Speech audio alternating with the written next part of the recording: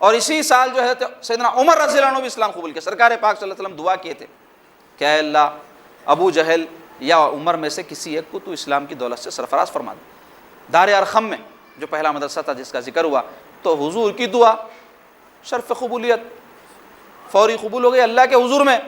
اور حضرت سیدنا عمر رضی اللہ عنہ ایک دن جو ہے اس ارادے سے نکلے کہ سرکار پاک صلی اللہ علیہ وسلم لوگوں کو بہت دین کی طرف بلا رہے ہیں، بہت لوگ مسلمان ہو جا رہے ہیں، تو میں آج جو ہے حضور پاک صلی اللہ علیہ وسلم کا معاذ اللہ خاتمہ ہی کر دیتا ہوں۔ بڑے ہمت والے، بڑے بہادر تھے، نکلتے تھے تو راستے میں سے لوگ راستہ چھوڑ دیتے تھے ان کے راستے، بڑے بہادر۔ تو جب نکلے تلوار سوت لیے، ایک صحابی دیکھے ابھی انہوں مسلمان ہوئے، سو حضرت عمر کو نہیں معلوم تھا، پوچھے عمر کہاں جا رہے ہیں؟ تو غصے میں بولے محمد صلی اللہ علیہ وسلم کا معاذ اللہ کام تمام کرنے جا رہا ہوں۔ تو انہوں بولے تو بڑی خطرناک نیت لے کے جا رہا ہے انہیں۔ تو بولے کیا کرنا، اس کے مائنڈ کو ڈائیورٹ کر دینا۔ تو بولے ارے محمد صلی اللہ علیہ وسلم کے پاس کہاں جا رہے ہیں، ان کی فکر چھوڑو، تمہارے بہن بھائی نہیں مسلمان ہو گئے، ان کو دیکھو پہلے۔ تو یہ سنتے ہی مائنڈ ڈائیورٹ ہو گیا، بولے ہاں ایسا ہو گیا؟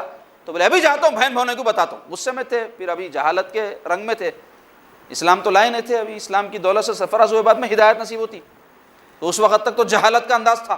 تو فوری جو ہے غصے میں بھپر کے اپنی بہن کے مکان کے پاس چیختے پکارتے گئے، تو ان کی آواز سنتے ہی جو ہے ان کے گھر میں حضرت عمر کی بہن کے، فاطمہ بنت خطاب ان کا نام تھا، حضرت ابوبکر کے واقعے میں ان کا ذکر آیا نا، تو وہ جو ہے ان کے شوہر مل کے حضرت خباب بن ارت ان کو قرآن کی آیات پڑھا رہے تھے، تعلیم دے رہے تھے، سب پرچے ورچے جو بھی تھے چھپا دیے۔ حضرت عمر آئے تو کہاں لڑے جھگڑا کریں گے بولے، لیکن حضرت عمر سن لیے تھے، آواز آ گئی، گھر میں کچھ تعلیم چل رہی نہیں، قرآن ایسا ہے کلام پڑھا گیا تو کوئی بھی آج نہیں جاننے والا بھی ان پڑھ جاہل مسلمان جس کو قرآن نہیں آتا انہیں بولتا قرآن بولتا، قرآن کا کمال ہی ایسا ہے۔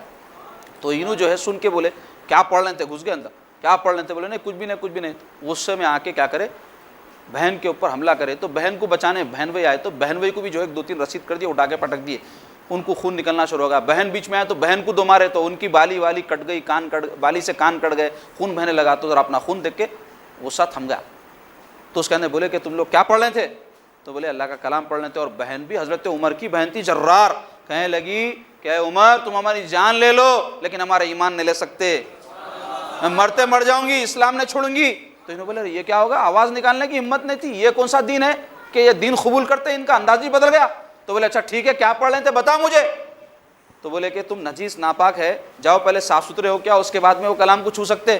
تو حضرت عمر گئے، صاف ستھرے ہو کے آئے، تو ان کو جو ہے وہ قرآن کی پرچیوں میں سے جو ہے وہ پڑھ کے سنایا گیا۔ سورہ طٰہٰ کی آیات ہے، بعض کہتے ہیں سورہ حدید کی آیت ہے، سبح للہ ما فی السماوات ما فی الارض وہو العزیز الحکیم، هو الاول والآخر والظاہر والباطن۔ یہ پڑھتے پڑھتے آمنوا باللہ ورسولہ، ایمان لاؤ اللہ اور اللہ کے رسول پہ۔ تو یہ جو آیات کا حصہ ہے ایسا ان کے دل پر اثر کیا، تو پکار اٹھے کہ محمد عربی کہاں ہیں، مجھے بتاؤ محمد عربی کہاں ہیں۔ تو بتایا گیا کہ حضور پاک صلی اللہ علیہ وسلم دار ارقم میں ہیں۔ تو وہ دار ارقم کے پاس پہنچے، جب تک کہ ان کے آنے کی اطلاع سرکار پاک صلی اللہ علیہ وسلم ہو چکی تھی، تلوار سوتے ہوئے غصے میں آ رہے ہیں، آ کر دروازے کو دھن دھناتے ہوئے مارے۔ حضرت حمزہ رضی اللہ عنہ ٹھہرے ہوئے تھے، تو حضور فرمائے دروازہ کھول دو۔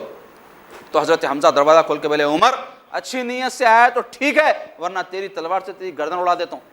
تو حضرت عمر بولے نہیں مجھے حضور سے ملنا ہے۔ تو پھر راستہ چھوڑ دیے، حضور فرمایا چھوڑو اس کو آنے دو۔